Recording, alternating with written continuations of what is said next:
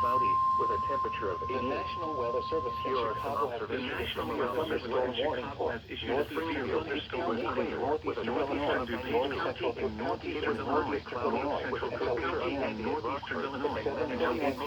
At 7:31 p.m. A severe thunderstorm was located over Canada, moving east at 15 miles per hour.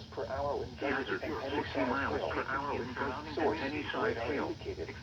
Source, radar indicated.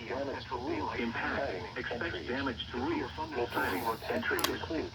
Locations affected include Elmhurst, Lombard, Culture Airport, Patterson, Glendale Heights, Elk Grove Village, Glen Ellen, Melrose Park, Franklin Park, Roselle, Bloomingdale, Villa Park, Bellwood, Bentonville, Itasca, Hillside, Rosemont, Berkeley, Stone Park, and Medina. For your protection, move to an interior room on the lowest floor of a building.